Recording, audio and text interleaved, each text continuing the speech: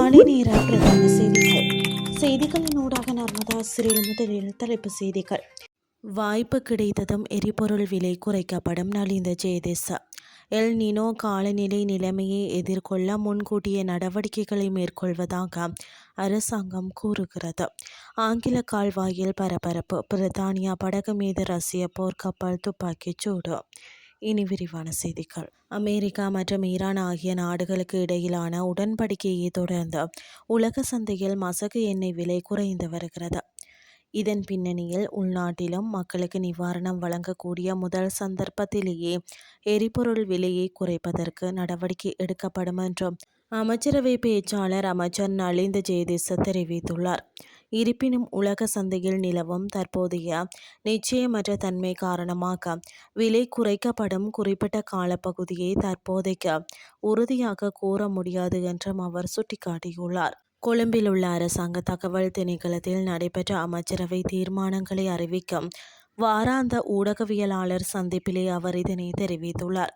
அமெரிக்காவிற்கும் ஈரானுக்கும் இடையே இன்னும் இறுதி உடன்பாடு எட்டப்படவில்லை. ஒருவித நிச்சயமற்ற நிலைமையே இன்னும் நீடிக்கிறது. இந்த மாதத்துக்காக முற்பதிவு செய்யப்பட்ட அனைத்து எரிபொருள் கப்பல்களும் ஏற்கனவே நாட்டை வந்தடைந்துள்ளன. இன்னும் ஒரு மசகு எண்ணெய் கப்பல் மாத்திரமே வர வேண்டியுள்ளது. அமெரிக்கா மற்றும் ஈரான் தரப்பினர் இந்த உடன்படிக்கையில் கையெழுத்திடும் பணிகள் வரும் வெள்ளிக்கிழமைக்குள் உத்தியோகபூர்வமாக நிறைவடையும் என எதிர்பார்க்கப்படுவதாகவும் அவர் குறிப்பிட்டார். வெள்ளிக்கிழமை இந்த உடன்படிக்கை கையெழுத்தான பின்னர் உலக பொருளாதார நிலைமை சாதகமான முறையில் மாறும் என எதிர்பார்க்கப்படுகிறது. அந்த சாதகமான சூழ்நிலையின் நல்ல பலன்கள் எமது நாடு போன்ற நாடுகளுக்கும் கிடைக்கும் பட்சத்தில் அதன் நன்மைகள் நிச்சயமாக மக்களுக்கு வழங்கப்படும் எனவும் அவர் தெரிவித்தார். அத்துடன் ஏப்ரல் மாதம் வரை முன்னெடுக்கப்பட்ட முதற்கட்ட எரிபொருள் மானிய பொதிக்காக 100 பில்லியன் ரூபாய் ஒதுக்கிடப்பட்டிருந்ததுடன் இந்த ஜூன் மாதத்துடன் அந்த மானிய காலம் முடிவடைகிறது. தற்போது மாதத்தின் நடுப்பகுதி என்பதால் உலக சந்தை மாற்றங்களை சாதகமாக உற்றுநோக்க வேண்டியுள்ளதுடன் தற்போதே அவசரப்பட்ட தீர்மானங்களை எடுத்து மாத இறுதியில் என்ன நடக்கும் என்று கூறுவது நியாயமற்றது எனவும் அமைச்சர் குறிப்பிட்டார். மேலும் உலக சந்தையில் ஏற்படும் சாதகமான மாற்றங்களின் நன்மைகளை மக்களுக்கு நேரடியாக கொண்டு சேர்ப்பதே அரசாங்கத்தின் முதன்மையான நோக்கமாகும் என தெரிவித்த அவர், நாட்டின் பொருளாதார செயற்பாடுகளை எவ்வித தடையுமின்றி சீராக முன்னோக்கி கொண்டு செல்ல வேண்டுமாயின் மக்களுக்கு இந்த எரிபொருள் நிவாரணங்களை வழங்குவது அவசியமாகும் என்றும் வலியுறுத்தியுள்ளார்.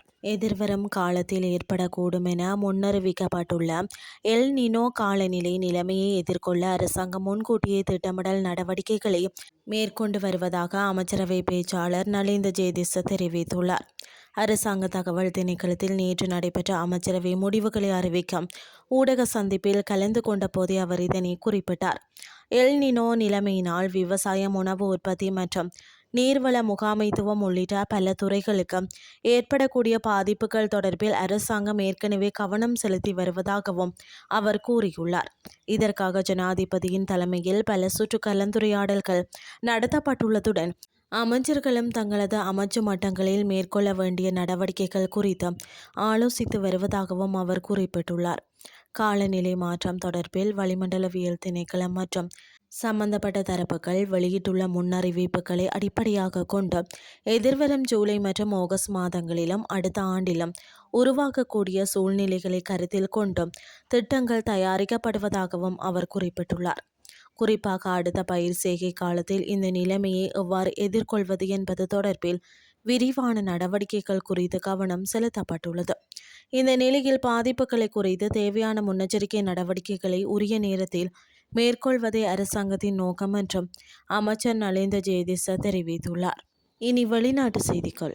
ஆங்கில கால்வாய் கடல் பகுதியில் பயணித்த சொகுசு படகு ஒன்றை நோக்கி ரஷ்ய போர்க்கப்பல் ஒன்று எச்சரிக்கை துப்பாக்கிச்சூடு நடத்தியதாக தெரிவிக்கப்படும் முறைப்பாடு குறித்து பிரித்தானிய இராணுவம் விசாரணைகள் ஆரம்பித்துள்ளது. ஆங்கில கால்வாய் பகுதியில் நிகழ்ந்த இந்த சம்பவம் குறித்த அறிக்கைகள் தொடர்பாக தாங்கள் விசாரித்து வருவதாக பிரித்தானிய பாதுகாப்பு அமைச்சகம் தெரிவித்துள்ளது.